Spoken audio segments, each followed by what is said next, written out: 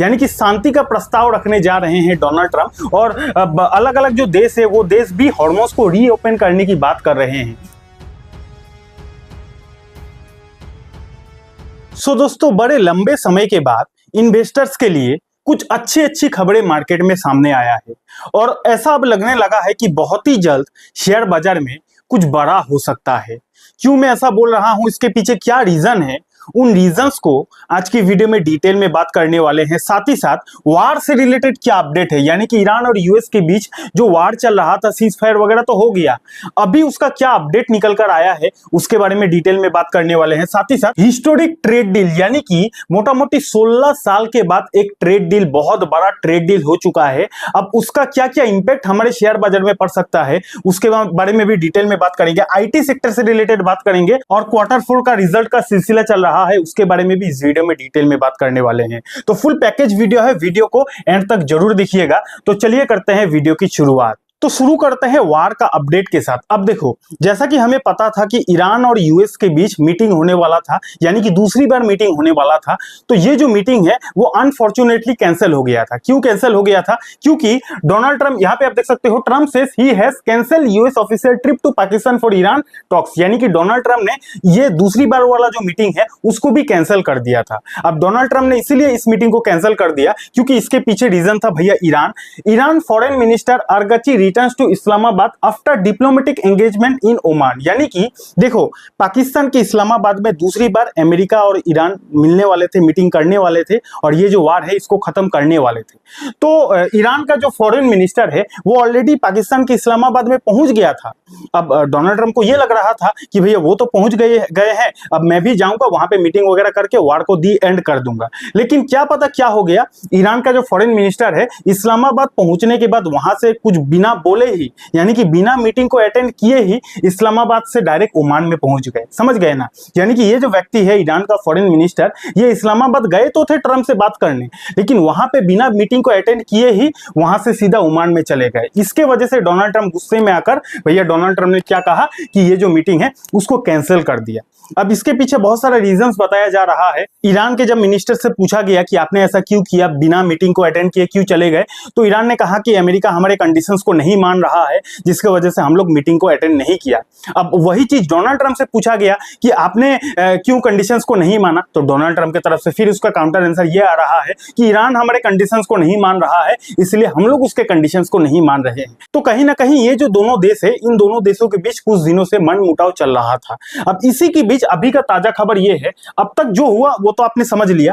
अभी का ताजा खबर ये है, अभी रिसेंटली 21 मिनट पहले का ये खबर है, Trump reviews peace plan, UN calls for Hormuz to reopen. यानी कि रिपोर्ट के थ्रू से यह खबर आया है कि डोनाल्ड ट्रंप एक बार फिर से पीस प्लान की बात करने जा रहे हैं, यानी कि शांति का प्रस्ताव रखने जा रहे हैं डोनाल्ड ट्रंप। ऐसा कोई ऑफिशियल खबर नहीं, रिपोर्ट के थ्रू से खबर आया है। और अलग अलग जो देश है वो देश भी हॉर्मोन्स को रीओपन करने की बात कर रहे हैं। यानी कि ये जो स्टेट ऑफ हॉर्मोन्स है, सारा प्रॉब्लम तो यहीं से शुरू हो रहा है ना, ईरान के कब्जे में ये जो स्टेट ऑफ हॉर्मोन्स है, इसी को ना ईरान ने ब्लॉक करके रखा है और इसी की वजह से तो पूरा प्रॉब्लम क्रिएट हुआ है। तो अभी का ताजा खबर ये आया है रिपोर्ट के थ्रू से कि अलग अलग जो देश है वो स्टेट ऑफ हॉर्मोन्स को रीओपन करने की बात कर रहे हैं और डोनाल्ड ट्रंप ने ये भी कहा है कि हम लोग पीस प्लान की ओर आगे बढ़ रहे हैं। ठीक है ना? तो अगर स्टेट ऑफ हॉर्मोन्स ओपन हो जाता है और डोनाल्ड ट्रंप पीस प्लान कर लेते हैं, तो कहीं ना कहीं ये जो वार है वो हो सकता है आने वाले समय में पूरी तरीके से खत्म हो जाए। और जैसे ही वार खत्म हो जाता है, ये रास्ता खुल जाएगा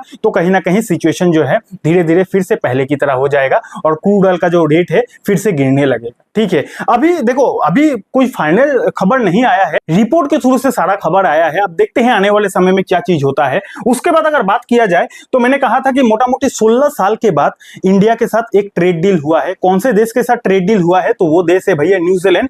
India New Zealand FTA sign, duty on 100% Indian export down to 0। यानी कि इंडिया और न्यूजीलैंड का मोटा मोटी 16 साल के बाद एक बहुत बड़ा ट्रेड डील हुआ है। अब अगर इंडिया न्यूजीलैंड में कोई भी अपने प्रोडक्ट्स को, सर्विस को बेचने जाएगा तो भैया कितना टैक्स देना पड़ेगा?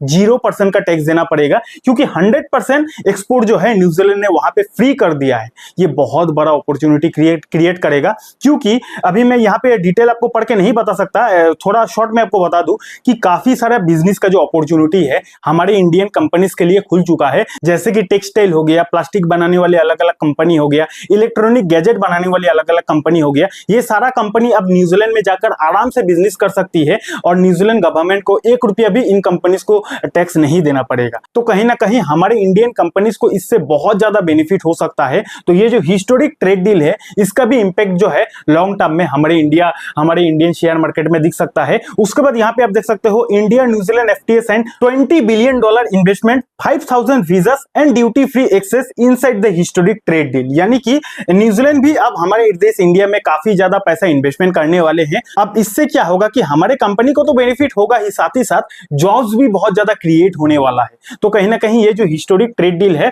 ये हमारे देश का फ्यूचर के लिए काफी ज्यादा अच्छा है। देन अगर बात किया जाए हमारे देश आईटी सेक्टर की, अगर आप कुछ समय से नोटिस किए होंगे तो हमारे इंडियन आईटी सेक्टर का जो कहानी है काफी ज्यादा खराब देखने को मिल रहा है। पिछले 5 सालों का अगर आप ग्राफ देखोगे तो मोटा मोटी भैया 0 रिटर्न है। और उसी जगह अगर आप अमेरिकन नेस्डेक की बात करोगे तो पिछले 5 सालों में कोई buy sell recommendation, no investment advice, अगर नेस्डेक की बात करोगे तो पिछले 5 सालों में भैया मोटा मोटी पैसे को डबल कर दिया। तो एक तरफ अमेरिका का आईटी सेक्टर इतना तेजी से भाग रहा है, दूसरी तरफ हमारा इंडिया का जो आईटी सेक्टर है 5 सालों से कुछ भी रिटर्न नहीं दिया है। इसके पीछे रीजन क्या है? इसके पीछे रीजन है भैया एआई, यानी कि आर्टिफिशियल इंटेलिजेंस। जो हमारी इंडियन आईटी कंपनीज है ना, एआई में काम तो करती है लेकिन फुल फ्लेजेड तरीके से एआई में काम भैया नहीं करती है। कहने का मतलब यह है कि देखो, आज से बहुत समय पहले स्मार्टफोन का राजा किसे कहा जाता था?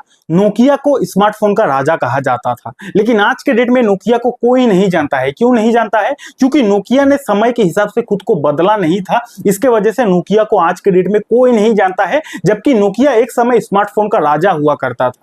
अभी के टाइम पे इन्वेस्टर्स के दिमाग में यही टेंशन चल रहा है कि हालांकि आज के डेट में इंडियन जो आईटी कंपनी से अच्छा बिजनेस कर रही है, लेकिन टेक्नोलॉजी पूरी तरीके से बदल गया है। आज जैसा दुनिया है, आज से 10 साल 20 साल के बाद दुनिया वैसा नहीं होगा। दुनिया पूरी तरीके से एआई में घुस जाएगा।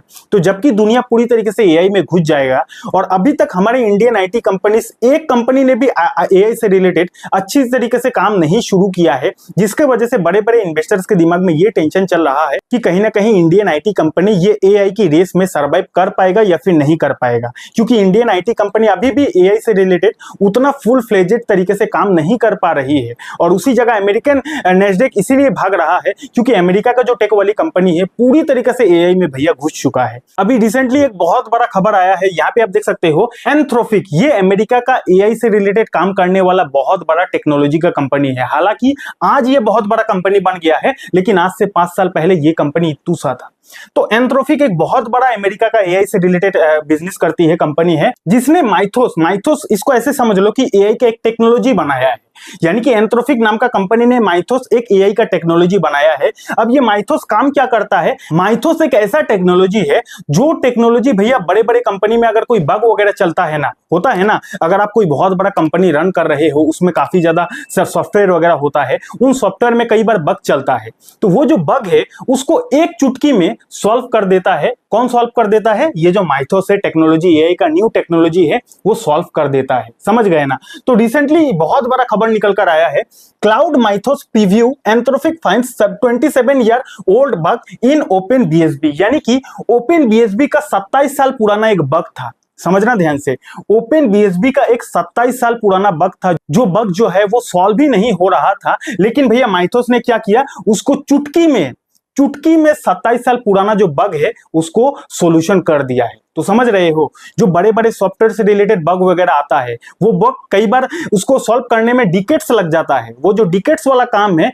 ये जो माइथोस है ये चुटकियों में करके दिखा दे रहा है। तो कहीं ना कहीं इससे रिलेटेड मार्केट में टेंशंस बढ़ते ही जा रहा है। अब आप बोलोगे टेंशंस क्यों बढ़ते जा रहा है? इतना पुराना काम अगर कोई एआई का टेक्नोलॉजी चुटकियों में कर दे रहा है तो इससे टेंशंस क्यों बढ़ते जा रहा है? तो देखो, टेंशंस इसलिए बढ़ते जा रहा है कि एक तरफ टेक्नोलॉजी एडवांस होते जा रहा है, तो उसका अगर आप सदुपयोग उपयोग करोगे तो वो तो बहुत बढ़िया बात है, लेकिन दुनिया में हर व्यक्ति तो एक समान नहीं होता है। इस बढ़ते हुए टेक्नोलॉजी का फायदा कोई स्कैमर भी तो उठा सकता है। कोई स्कैमर या फिर कोई जो हैकर है वो भी तो इस बढ़ते हुए टेक्नोलॉजी का फायदा उठाकर लोगों का बैंक वगैरह लूट सकता है। एग्जाम्पल दे रहा हूं। तो इसी के वजह से इतना ज्यादा जो ये एआई का टेक्नोलॉजी बढ़ते ही जा रहा है, पुराना 27 साल पुराना जो बग है वो सोल्यूशन होते जा रहा है। तो कहीं ना कहीं इससे रिलेटेड चिंता हो गया है हर एक देश का गवर्नमेंट को, क्योंकि इस बढ़ते हुए टेक्नोलॉजी का कोई गलत इस्तेमाल भी कर सकता है और गलत इस्तेमाल करके लोगों का पैसा वैसा लूट भी सकता है। और इसी के लिए यहाँ पे हमारे देश का जो फाइनेंस मिनिस्टर है निर्मला सीतारमण आर्स bankers to brace for AI threats amid concerns over Anthropic Mythos, यानी कि निर्मला सीतारमण ने भी इससे रिलेटेड भय जताया है कि आने वाले समय में हो सकता है इसका गलत इस्तेमाल भी हो सकता है। देन अगर Q4 का रिजल्ट की बात किया जाए तो अभी तक तो जो कंपनी का Q4 का रिजल्ट आया है भैया एक्सपेक्टेशन से तो काफी अच्छा रिजल्ट आया है। एक होता है ना मार्केट का एक्सपेक्टेशन कि इस महीना ये जो कंपनी है 100 करोड़ रुपया कमाएगा, तो जो एक्सपेक्टेशन है कि 100 करोड़ रुपया कमाएगा तो वो जो एक्सपेक्टेशन है वो भी बीट होके नंबर्स आ रहा है। तो अभी तक जो कंपनी का रिजल्ट आया है काफी बेहतरीन नंबर हमें देखने को मिला है।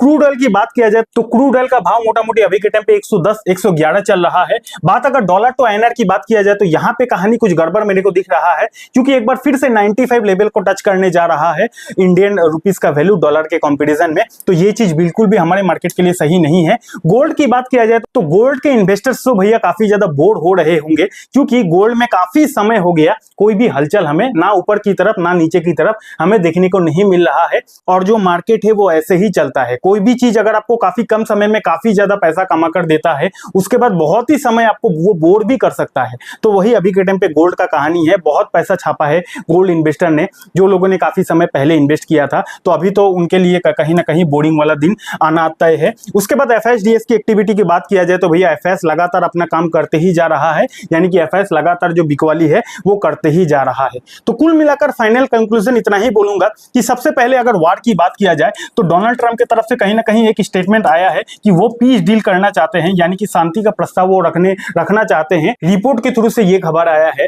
अगर यही खबर वो ऑफिशियली ट्वीट करके बता देते हैं तो कहीं ना कहीं मार्केट के लिए बहुत बड़ा राहत का खबर है। देन अगर बात किया जाए ट्रेड डील से रिलेटेड तो कहीं ना कहीं इंडिया और न्यूजीलैंड का ये जो ट्रेड डील हुआ है इससे बहुत ज्यादा जॉब्स का अपॉर्चुनिटी भी क्रिएट होगा और हमारे इंडियन कंपनी के लिए काफी ज्यादा बेनिफिट भी होगा, क्योंकि अब हमारा इंडियन काफी सारा कंपनी न्यूजीलैंड में जाकर बिना टैक्स दिए ही वहां पर बिजनेस करके पैसा वैसा कमा सकती है। तो इंडिया का जीडीपी पर भी काफी पॉजिटिव इंपैक्ट पड़ सकता है। ठीक है ना। तो चलिए आज के लिए इतना ही था। अगर आपको वीडियो अच्छा लगा तो एक अच्छा सा कमेंट कर दीजिएगा, वीडियो को लाइक कर दीजिएगा। डीमेट अकाउंट नहीं है, डीमेट अकाउंट का लिंक आपको हमारे वीडियो के डिस्क्रिप्शन पर मिल जाएगा। बहुत बहुत धन्यवाद।